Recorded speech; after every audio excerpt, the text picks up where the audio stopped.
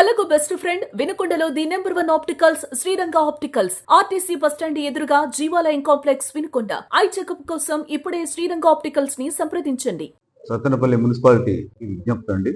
మీరు నిర్వహించున్న వ్యాపారానికి సంబంధించిన licence fee, DNO trade licence fee ప్రతి నెల జనవరి ఫిబ్రవరిలోగా కట్టేయాలండి. అలా కట్టిన పక్కన వ్యాపారాలని నోటీస్ ఇచ్చి తర్వాత క్లోజ్ చేయటం జరుగుతుందండి. దయచేసి వ్యాపారస్తులు ఎవరు అక్కడ దాకా తెచ్చుకోకుండా మీరు సక్రమంగా డిఎన్ఓ ట్రేడ్ లైసెన్సులు, అలాగే ప్రాపర్టీ ట్యాక్స్, వాటర్ ఛార్జెస్ అన్ని టయానికి చెల్లించినట్టయితే మీ మీద ఎటువంటి చర్యలు తీసుకోమండి.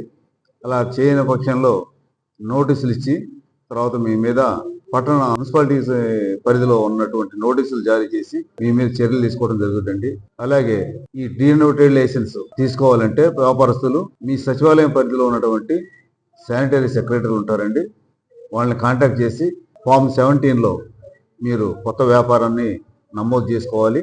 అలాగే దానికి కావలసిన ఆధార్ కార్డు, అలాగే లీజ్ అగ్రిమెంట్లు ఏమైనా ఉన్నట్టయితే అవి వాళ్ళకి సబ్మిట్ చేసినట్టయితే మీకు వ్యాపారం చేసుకుంటానికి లైసెన్స్ ఇస్తారండి. ఈ లైసెన్సు ప్రతి సంవత్సరం జనవరి ఫిబ్రవరిలోగా చెల్లించాలి. ఆ విధంగా ప్రతి ఒక్కళ్ళు వ్యాపారస్తులు సహకరించి మున్సిపాలిటీ అభివృద్ధికి సహకరించాలండి.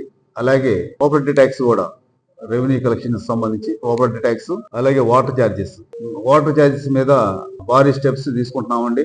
ఎందుకంటే ప్రాపర్టీ ట్యాక్స్ కడుతున్నారు కానీ వాటర్ ఛార్జెస్ కట్టట్లేదండి. దానివల్ల మీకు వాటర్ సప్లై చేయడం చాలా కష్టం అయిపోద్ది. ఈ వచ్చే సమ్మర్ లో మీరు సఫర్ కాకుండా ఉండాలంటే వాటర్ ఛార్జెస్ మొత్తం అప్డేట్ చెల్లించిన యెడల మీకు వాటర్ నిలుపుదల అనేది చేయకుండా మీకు సక్రమంగా వాటర్ సప్లై చేయగలవారు. కాబట్టి సత్తెనపల్లి పట్టణంలోని మున్సిపాలిటీ పరిధిలోని ఉన్నటువంటి ప్రతి ఒక్కరూ ప్రాపర్టీ ట్యాక్స్, వాటర్ ఛార్జెస్, అలాగే డిఎన్ఓ ట్రేడ్ లైసెన్సులు తీసుకోవాలండి. అలాగే ఎల్ఆర్ఎస్ అనాథరైజ్డ్ లేఅవుట్లో ఉన్న ప్లాట్లు రెగ్యులర్ చేస్తూ ఎల్ఆర్ఎస్ స్కీమ్ ఈ నెల 22 ముగిసిద్దండి. కాబట్టి దయచేసి ప్రతి ఒక్కరూ మీ అనాథరైజ్డ్ లేఅవుట్లో ఉన్న ప్లాట్లని రెగ్యులర్ చేయించుకోండి.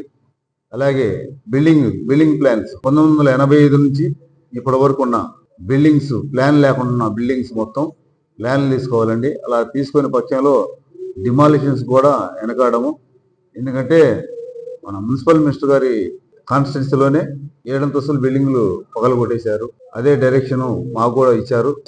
ప్రతి ఒక్క ఇంటికి, బిల్డింగ్ కి ప్లాన్ ఉండాల్సిందేనండి. ప్లాన్ లో డీవియేషన్ ఉన్నా కానీ సరే బీపీఎస్ ద్వారా రెగ్యులర్ చేసుకోవాల్సిందిగా సత్తెనపల్లి మున్సిపాలిటీ పరిధిలోని ప్రజలందరికీ విజ్ఞప్తి చేస్తున్నామండి. కాబట్టి ఇది మాకు సహకరించవలసిందిగా కోరుతున్నాము. ధన్యవాదములు.